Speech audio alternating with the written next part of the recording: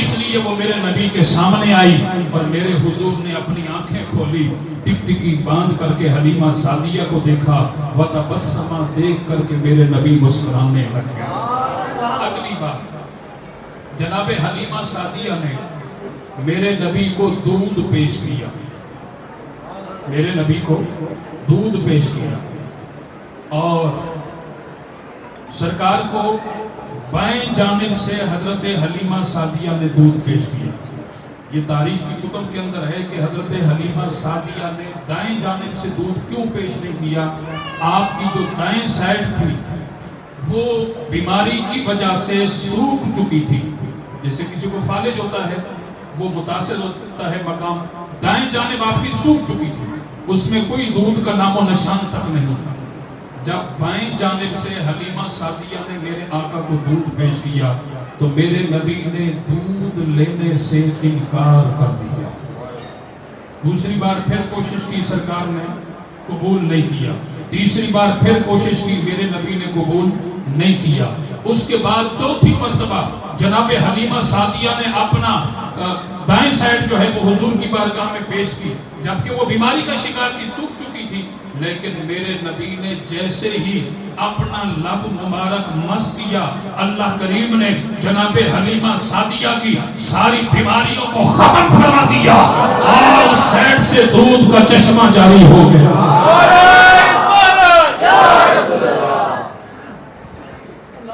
اور ایک تو یہ وجہ کہ حلیمہ سعدیہ کو شفا دینی تھی، میرے نبی جانتے تھے، نگاہ نبوت سے دیکھ رہے تھے۔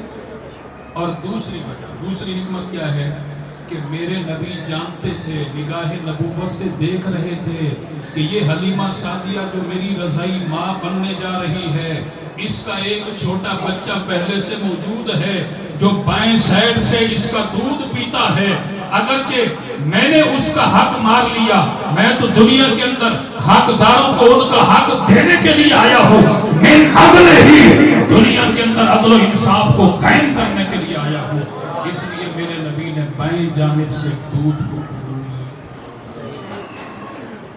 اس کے بعد مطلب حضرت حلیمہ سعدیہ نے میرے نبی کو لے لیا اور لے کر کے اپنی اونٹنی پر سوار ہوئی، وہ اونٹنی جو چل نہیں سکتی، صحیح معنی کھڑے نہیں ہو سکتی، اور میرے آقا کو لے کر کے جیسے ہی اونٹنی پر سوار ہوئی، اللہ کریم نے حضور کی برکت سے اس اونٹنی کو طاقتور بنا دیا، اور وہ اونٹنی جو چل نہیں سکتی تھی تیز رفتار انداز میں وہ چلنے لگ گئی، یہاں تک کہ وہ مستورات جو پہلے سے وہ امیروں کبیروں کے بچوں کو لے کر کے اپنی سواریوں پر جو ہے وہ انہوں نے اپنا سفر شروع کر دیا تھا، جناب حلیمہ سعدیہ نے ان تمام سواریوں کو پیچھے کر دیا، سب سے آگے آپ کی سواری۔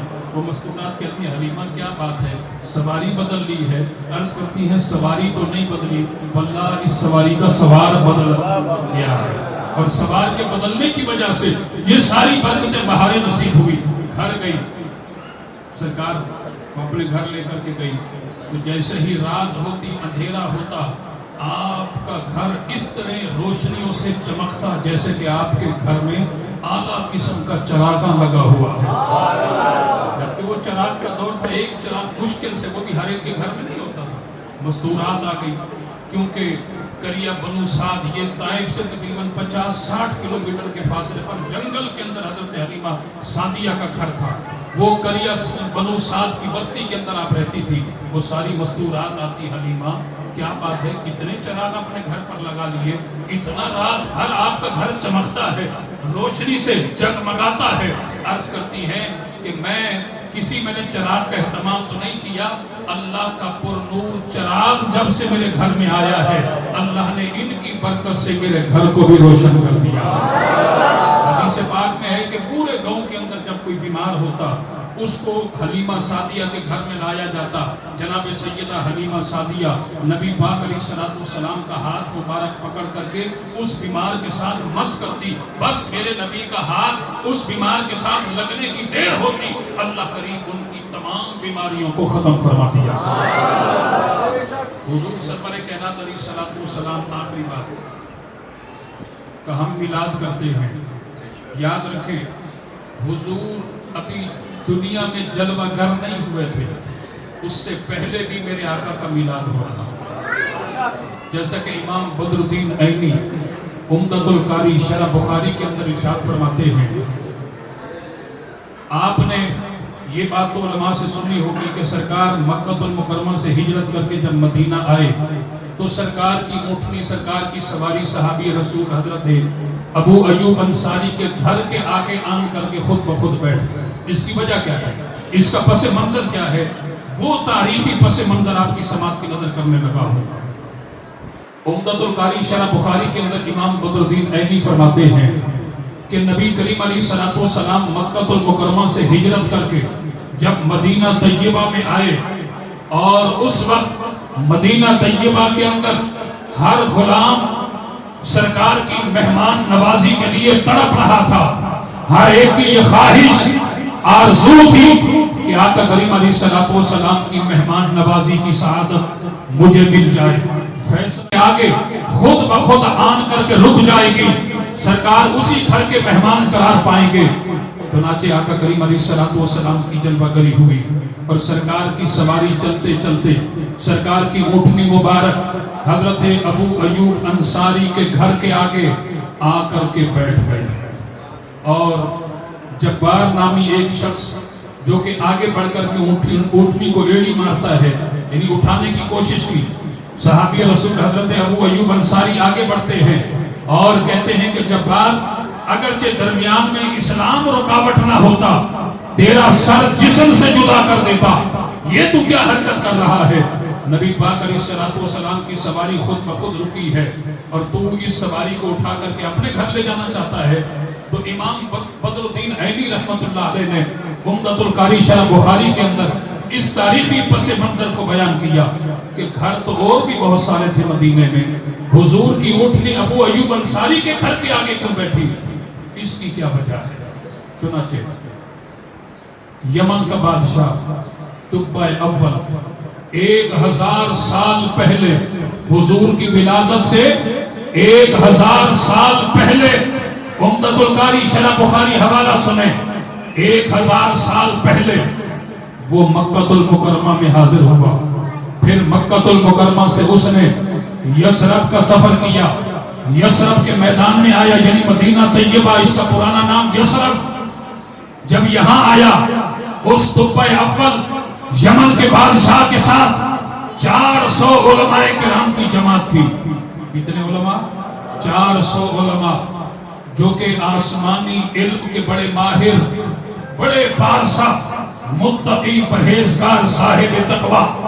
وہ 400 علماء جب یثرب کے میدان پر آئے تو اس کے بعد جب تبع اول یمن کا بادشاہ جانے لگا، 400 علماء نے کہا کہ اے یمن کے بادشاہ سنیے، ہم نے ہمیشہ آپ کا ساتھ دیا ہے، جس مقام پر بھی آپ گئے ہم شانہ بشانہ آپ کے ساتھ کھڑے رہے، لیکن آج ہم مزید آپ کے ساتھ کسی اور جگہ پر جانے سے قاصر ہیں، آج ہم اسی جگہ پر رہیں گے. تبع اول نے کہا یمن کے بادشاہ نے کہ اے علماء کی جماعت، وجہ کیا ہے؟ علماء کی جماعت نے کہا وجہ یہ ہے کہ ہم نے اپنی کتابوں کے اندر پڑھا ہے کہ نبی آخر الزمان جناب محمد رسول اللہ کی جلوہ گری ہوگی، اور ان کی جلوہ گری کے بعد اس دنیا کے اوپر ان کے میلاد کا چرچا ہوگا، ان کے میلاد کا جشن منایا جائے گا، اور وہ لجپال نبی اسی یثرب کے میدان میں جلوہ گر ہوں گے. دنیا ان کا استقبال کر کے میلاد منائے گی، لہذا ہم بھی آج ان کا انتظار کریں گے. اگرچہ یہ انتظار لمبا ہے، طویل ہے، آج ہم اس مقام سے کسی اور جگہ نہیں جائیں گے، اس لجپال نبی کا ہم انتظار کریں گے. اور تبع اول نے کہا کہ یمن کا میں بادشاہ ہوں، میری سلطنت ہے، میرے خزانے ہیں اور جگیروں کا میں مالک ہوں. اس چٹیل میدان میں یہاں کوئی آبادی نہیں، آبادی کا نام و نشان تک نہیں، اس چٹیل میدان میں ہم کیا کریں گے؟ علماء نے کہا کہ نہیں، آپ جا سکتے ہیں، ہم معذرت چاہتے ہیں، ہم اس مقام کو چھوڑ کر کے کسی اور مقام پر نہیں جائیں گے. ہم نے یہ فیصلہ کیا ہے کہ علماء کی یہ جماعت جیے گی تو اسی میدان میں جیے گی، مرے گی تو اسی میدان میں مرے گی. یمن کے بادشاہ نے اس بات کو سن کر کے فیصلہ کیا کہ اے علماء کی جماعت، پھر آپ اکیلے اس لجپال نبی کا انتظار نہیں کرو گے. میں اپنی جگیروں کو چھوڑتا ہوں, میں اپنی سلطنت کو چھوڑتا ہوں, میں اپنی بادشاہت کو چھوڑتا ہوں, میں اپنے خزانوں کو چھوڑتا ہوں, اور جس نبی کے محبت کے گرویدہ تم بن چکے ہو, میں بھی اسی لجپال نبی کی محبت کا گرویدہ بن چکا ہوں.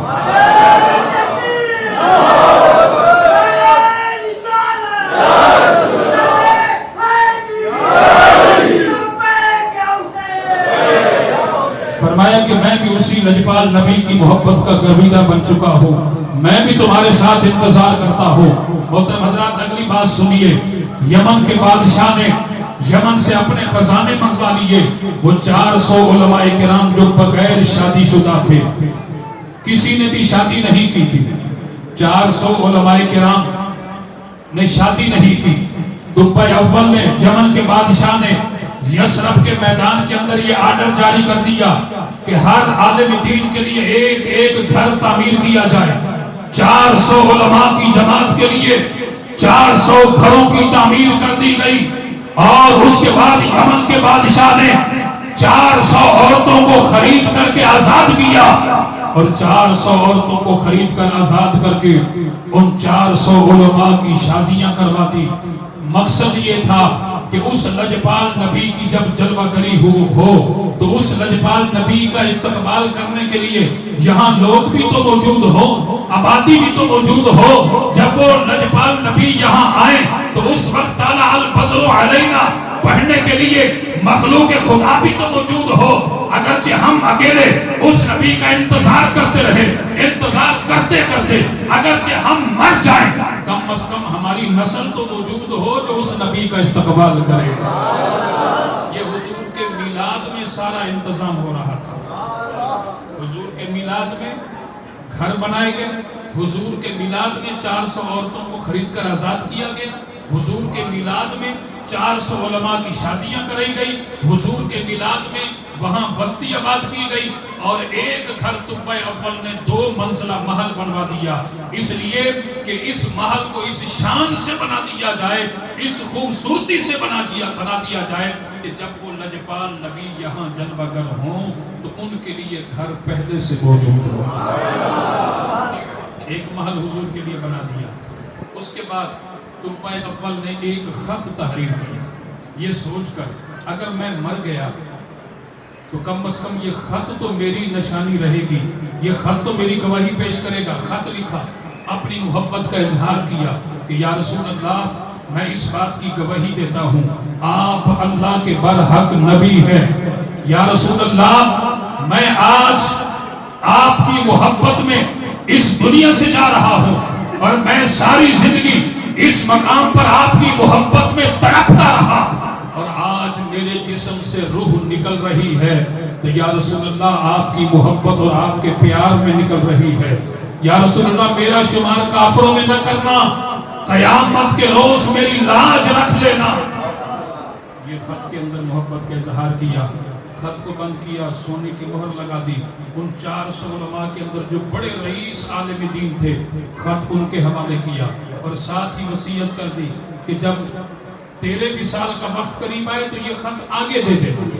ان کو وصیت کرنا, جب ان کے انتقال کا وقت ہے ان سے کہنا آگے, یعنی یہ پشت در پشت منتقل ہوتا رہے.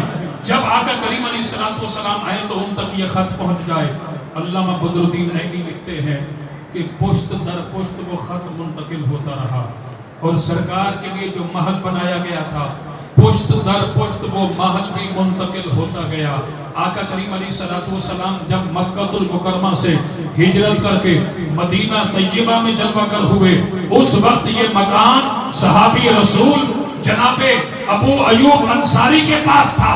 یہی وجہ ہے کہ آقا کریم علیہ السلام کی اونٹنی اسی محل کے آگے آ کر کے خود بخود بیٹھ گئی. اور اس کے بعد سرکار کی اونٹنی بیٹھ گئی. اب حضور علیہ السلام کے سامنے وہ شخص آیا جس کا نام ابو لیلہ تھا, جس کے پاس وہ خط تھا یمن کے بادشاہ کا. جب وہ سامنے آیا, سرکار نے فرمایا کہ انت ابو لیلہ. مل کر کہتے سبحان اللہ, اور زور سے سبحان اللہ. نبی سے پیار کرنے والوں سینے کا زور لگا کر کہتے سبحان اللہ.